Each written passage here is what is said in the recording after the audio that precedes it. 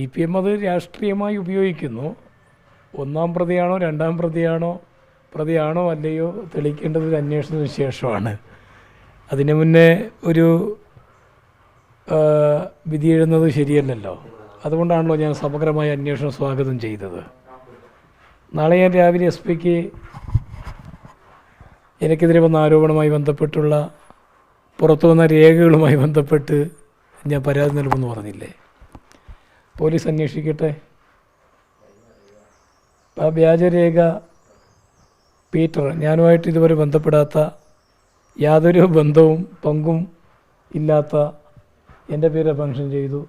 അത് ഈ രാജ്യത്തൊട്ടാകെ സോഷ്യൽ മീഡിയയിലൊക്കെ വന്നു കഴിഞ്ഞു. അപ്പോൾ ഒരു അന്വേഷണം നടത്തിക്കേണ്ടതിൻ്റെ ആവശ്യമല്ലേ.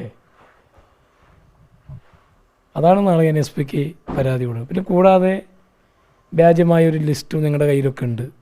അത് വെച്ചിട്ടും അന്വേഷണം നടക്കണമെന്ന് പോലീസിനോട് ആവശ്യപ്പെടുക.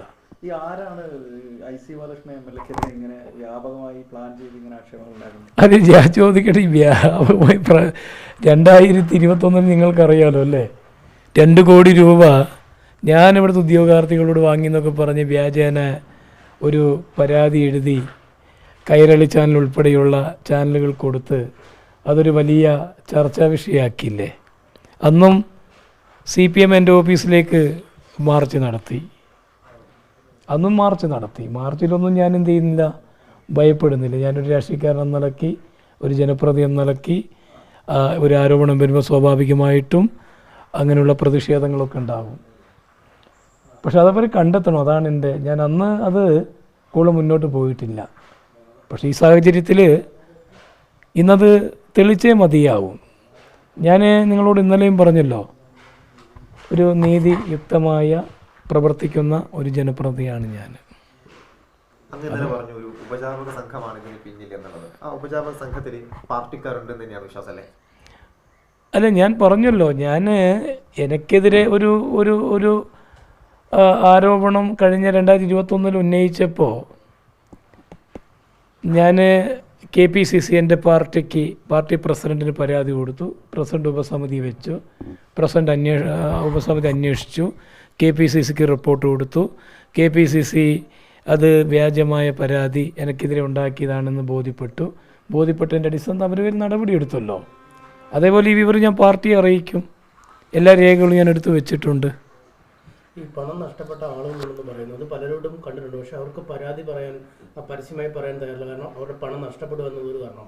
മറ്റൊന്ന്, ഈ പണം നൽകുന്നതും വാങ്ങുന്നതും ഒക്കെ ഒരേപോലെ കുറ്റമാണ്. പക്ഷേ ഇത് പണം നഷ്ടപ്പെട്ട ആളുകളുണ്ട് എന്ന് തന്നെയാണ് തീർത്ത് പറയുന്നത്. അല്ല, ഞാൻ പണം നഷ്ടപ്പെട്ടിട്ടില്ലേ ആളുകൾക്ക്? അല്ല, അവർ പണം കൊടുത്ത് നഷ്ടപ്പെട്ടിട്ടുണ്ടാവുമല്ലോ. അങ്ങനെ വരും താങ്കൾ കേട്ടിട്ടുണ്ടോ? പണം കൊടുത്തതും നഷ്ടപ്പെട്ടതുമായ? അല്ല, അങ്ങനെയൊന്നും എൻ്റെ അടുത്ത് നിന്ന് ഇതുവരെ ആരും പറഞ്ഞിട്ടില്ല. ഒരാളും പറഞ്ഞിട്ടില്ല. പറയാത്ത കാര്യങ്ങൾ ഞാൻ പറയേണ്ട കാര്യമില്ല. ഞാനിവിടുത്തെ MLA ആയിരുന്നു, DCC പ്രസിഡൻ്റ് ആയിരുന്നു. ആരെങ്കിലുമൊക്കെ പണം വാങ്ങിച്ച് അവസാനം ജോലി നിഷേധിക്കപ്പെടുമ്പോൾ അങ്ങനെ പരാതി ഉണ്ടെങ്കിൽ എന്നെ അറിയിക്കേണ്ടതാണ്. ഞാൻ DCC പ്രസിഡൻ്റായിരുന്നിട്ടുണ്ട്. ഞാൻ MLA ആയി ഇവിടെ തുടരുന്നുണ്ട്. പറയേണ്ടതല്ലേ, അവരെന്നെ വിശ്വസിക്കേണ്ടതല്ലേ. എന്താണ് അവർക്ക് പറയാൻ പേടി? ആരാണ് പണം വാങ്ങിച്ചത്, എപ്പോഴാണ് അവരോട് അവർ പണം വാങ്ങിച്ചത് എന്നൊക്കെ അവർ പറഞ്ഞുകൂടെ?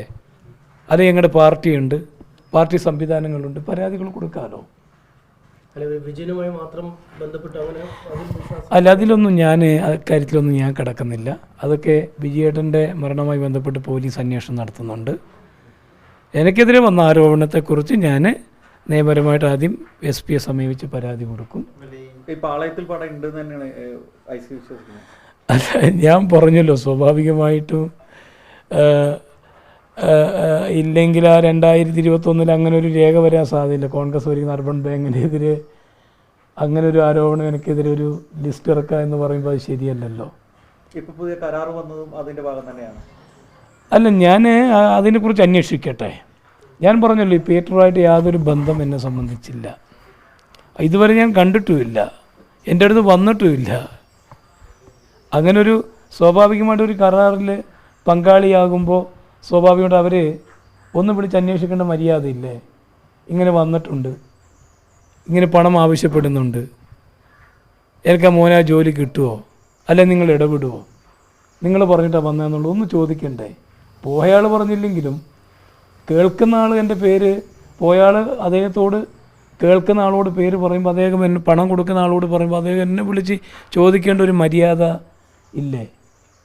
അതുകൊണ്ടാണ് ആ രേഖ തെളിയിക്കപ്പെടണം. അതാരാണ് ഇതിൻ്റെ പിന്നിൽ തെളിയിക്കപ്പെടുന്നത്? ഇതില്